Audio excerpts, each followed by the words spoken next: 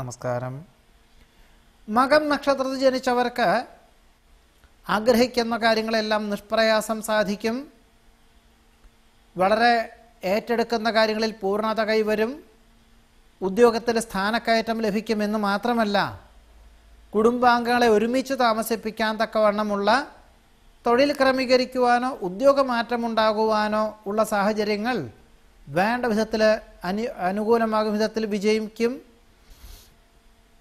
സാഹചര്യങ്ങളൊക്കെ അനുസരിച്ച് പുതിയ വ്യാപാര വ്യവസായ മേഖല തുടങ്ങുന്നതിൻ്റെ പ്രാരംഭതല ചർച്ചയിൽ പങ്കെടുക്കുവാനും യുക്തമായിട്ടുള്ള തീരുമാനം കൈക്കൊള്ളുവാനും യോഗം കാണുന്നുണ്ട്.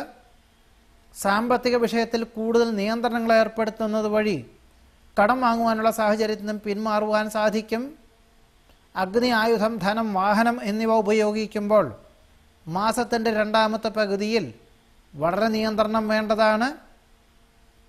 വസ്തുനിഷ്ഠമായി ചെയ്യുന്ന കാര്യങ്ങളിലാണെങ്കിൽ പോലും മേലധികാരികളെയും സഹപ്രവർത്തകരെയും വേണ്ട വിധത്തിൽ ബോധിക്കുവാനുള്ള സാഹചര്യങ്ങൾ, ബോധിപ്പിക്കേണ്ടതായ സാഹചര്യങ്ങൾ കൃത്യതയോടുകൂടി രേഖാപരമായിട്ട് അവരെ ബോധിപ്പിക്കേണ്ടതാണ്. കടം കൊടുക്കുവാനുള്ള സാഹചര്യത്തിൽ നിന്നും യുക്തിപൂർവ്വം പിന്മാറുകയായിരിക്കും നന്നാവുക. ആധ്യാത്മീയ ചിന്തകൾ ഏറെക്കുറെ മനസ്സിന് സമാധാനമുണ്ടാകുന്ന വിധത്തിൽ ലക്ഷ്യപ്രാപ്തിയിൽ എത്തിക്കുവാൻ സാധിക്കും. വാസ്തവവിരുദ്ധമായിട്ടുള്ള പല തോന്നലുകളെയും അതിജീവിക്കുവാൻ മാതാപിതാക്കൾ നിർദ്ദേശിക്കുന്ന കാര്യങ്ങൾ അനുകൂലമാക്കി തീർക്കുവാൻ യോഗം കാണുന്നുണ്ട്. സഹജമായിട്ടുള്ള കഴിവുകൾക്ക് അംഗീകാരം ലഭിക്കും. വ്യാപാര, വിപണന, വിതരണ മേഖലകളോട് ബന്ധപ്പെട്ട് ചർച്ചകളും യാത്രകളും വേണ്ടി വരുവാൻ യോഗം കാണുന്നുണ്ട്.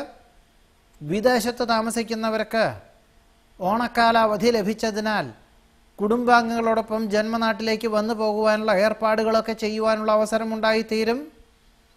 ഏറെക്കുറെ പൂർത്തിയാക്കിയ ഗൃഹത്തിൽ തുലാമാസത്തോടുകൂടി ഗൃഹപ്രവേശന കർമ്മം നിർവഹിക്കുവാൻ, അതിനുവേണ്ടിയുള്ള പണികളെല്ലാം ദ്രുതഗതിയിലാക്കുവാനുള്ള വേണ്ട നിർദ്ദേശങ്ങൾ നൽകുവാൻ യോഗം കാണുന്നു.